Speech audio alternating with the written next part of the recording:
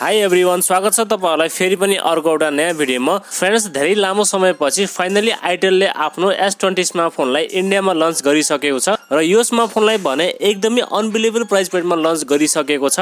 Friends, एउटा कुरा म के भन्न चाहन्छु भने सायद यो पहिलो स्मार्टफोन हुनेवाला छ जसले तपाईहरुलाई यस प्राइस पोइन्टमा 8GB र्याम र 128GB इन्टरनल स्टोरेज अनि साथमा कलर चेन्जिङ ब्याक, त्यति मात्र होइन तपाईलाई चाहिँ यस प्राइस पोइन्टमा यो स्मार्टफोनमा फिंगरप्रिन्ट स्क्यानर पनि दिएको छ र इन्ट्रेस्टिङ पार्ट के छ भने यसमा चाहिँ तपाईलाई 90Hz को फास्ट रिफ्रेश रेट पनि पाउनुहुनेछ। अब यो स्मार्टफोनको प्राइसको बारेमा कहनु पर्दा यो स्मार्टफोन भने इन्डियामा 8+128 वाला भेरिएन्ट 8779 मा लन्च भएको छ। यस प्राइसलाई नेपालीमा कन्भर्ट गर्नु पर्दा लगभग 14-15 हजार पर्न जान्छ। यदि यो स्मार्टफोन यस प्राइस पोइन्टमा नेपालमा आउँछ भने एकदमै बवाल स्मार्टफोन हुनेवाला छ। सो आजको भिडियोमा हामी कुरा गर्नेछौं आइटेल S23 स्मार्टफोनको बारेमा, यो स्मार्टफोनका स्पेसिफिकेसन तथा यो स्मार्टफोनमा तपाईलाई के कस्ता फिचरहरू पाउनुहुनेछ, साथै हाम्रो नेपालमा कहिलेसम्म लन्च हुनेछ र के कति प्राइस पोइन्टमा आउनेछ, सम्पूर्ण विषयमा अगाडि तपाईलाई भिडियोमा जानकारी दिनेछु। त्यसैले यो भिडियोलाई चाहिँ एकछिन पनि स्किप नगरी अन्त्यसम्म हेर्नु होला। र अब भने तपाईहरुको टाइम वेस्ट नगरी सुरु गरौँ आजको भिडियो। सबैभन्दा पहिला चाहिँ हामी कुरा गर्नेछौं यो स्मार्टफोनको डिजाइनको बारेमा। डिजाइनको बारेमा कहनु पर्दा यसको पछाडिपट्टि टप लेफ्ट साइडमा सर्कल शेपमा डुअल क्यामेराको सेटअप, साथमा एउटा एलईडी फ्ल्याश र तलपट्टि भने तपाईलाई आइटेलको ब्रान्डिङ पाउनुहुनेछ र अगाडिपट्टि भने यसमा तपाईलाई वाटर ड्रप नचको डिस्प्ले पाउनुहुनेछ। बिल्डको बारेमा कहनु पर्दा ओभरअल यो स्मार्टफोन भने प्लास्टिक बिल्डमा लन्च भएको छ।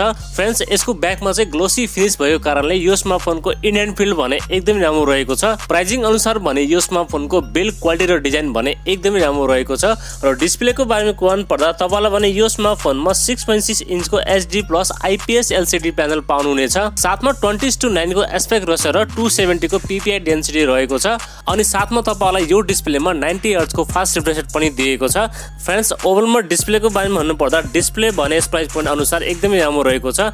तपाईलाई भने यो डिस्प्लेमा कन्टेन्ट वाचिङको लागि र गेमिङको लागि भने कुनै पनि शिकायत आउने छैन। परफर्मेन्सको बारेमा कहनु पर्दा यो स्मार्टफोन भने युनि एसओसी को T606 चिपसेटको साथमा लन्च भएको छ। यो चाहिँ 12 नैनोमिटरमा बनेको चिपसेट हो। साथमा यसमा तपाईलाई LPDDR4S को र्याम टाइप र UFS 2.2 को स्टोरेज टाइप पाउनुहुनेछ। रिटेन डाटा सिट पनि तपाईलाई यो स्मार्टफोनमा एकदमै राम्रो पाउनुहुनेछ। अब यो चिपसेटलाई कम्पेयर गर्नु पर्दा तपाईलाई भने यो स्मार्टफोनमा मिडियाटेकको Helio G88 चिपसेटको बराबर परफर्मेन्स पाउनुहुनेछ। ओभरअलमा परफर्मेन्सको बारेमा कहनु पर्दा डे टु डे युजको लागि भने तपाईलाई यो स्मार्टफोनमा कुनै पनि शिकायत आउने छैन र यसमा चाहिँ तपाईले लो टु मिडियम सेटिङमा चाहिँ मजाले गेमिङ खेल्न सक्नुहुनेछ। डे टु डे युजको लागि र हल्का फुल्का गेमिङको लागि भने तपाईलाई यो स्मार्टफोनमा कुनै पनि शिकायत आउने छैन। सफ्टवेयरको बारेमा कहनु पर्दा तपाईलाई भने यो स्मार्टफोनमा Android 12 पाउनुहुनेछ आउट अफ द बक्स र यो भने रन गर्नेछ आइटेलको आफ्नै OS मा। यसमा चाहिँ तपाईलाई सफ्टवेयर एक्सप्रेस भने डिसेन्ट पाउनुहुनेछ। अनि भेरिएन्टको बारेमा कहनु पर्दा दुईवटा भेरिएन्ट चाहिँ इन्डियामा लन्च भएको छ। एउटा 4+128 र अर्को भने 8+128। यसमा चाहिँ तपाईलाई 8GB को भर्चुअल र्यामको सुविधा पनि दिएको छ। साथमा यसमा तपाईलाई ट्रिपल कार्ड स्लट पनि दिएको छ। यसमा चाहिँ तपाईहरुलाई एकै साथमा दुईवटा सिम कार्ड र माइक्रो SD कार्ड लगाउन सक्नुहुनेछ। अब हामी कुरा गरौँ क्यामेराको बारेमा।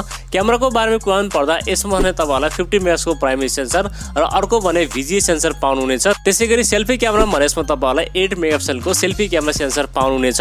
भिडियो रेकर्डिङको बारेमा कहनु पर्दा पछाडी र अगाडि क्यामेरा भने तपाईहरुले 1080 को 30 fps सम्म चाहिँ भिडियो सुट गर्न सक्नुहुनेछ। फ्रेन्ड्स, ओभरअलमा क्यामेराको बारेमा कहनु पर्दा जुन प्राइस पोइन्टमा चाहिँ यो स्मार्टफोन लन्च भएको छ नि त्यस प्राइस पोइन्ट अनुसार चाहिँ यो स्मार्टफोनको क्यामेरा सेटअप पनि एकदमै राम्रो रहेको छ। ब्याट्री चाहिँ तपाईलाई यो स्मार्टफोनमा 5000 mAh को ब्याट्री पाउनुहुनेछ, जसलाई चार्ज गर्नको लागि 10 वाट को चार्जर भने तपाईले बक्स पाउनुहुनेछ।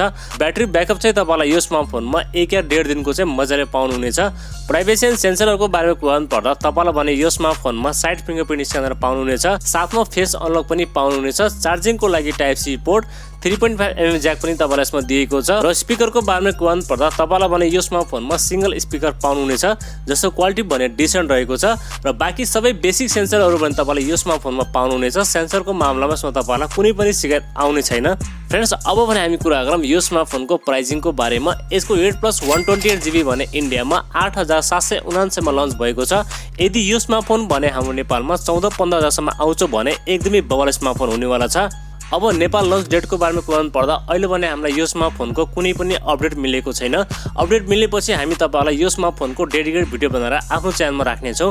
त्यसको लागि प्लिज च्यानललाई सब्स्क्राइब गरेर राख्नु होला। लौ त साथीहरु, यति थियो स्मार्टफोनको बारेमा तपाईहरुलाई भने यो स्मार्टफोनको स्पेसिफिकेसन कस्तो लाग्यो र आफ्नो केही सल्लाह सुझाव भने प्लिज एउटा कमेन्ट गर्नु होला। र यदि नयाँ साथीभाइहरुले हाम्रो च्यानललाई पहिलोपल्ट हेर्दै हुनुहुन्छ भने प्लिज हामीलाई सब्स्क्राइब गरेर राख्नु होला। अर्को भिडियोमा भेट्ने बाचा गर्दै आजलाई बिदा लिन्छु। हवस्, धन्यवाद। जय नेपाल।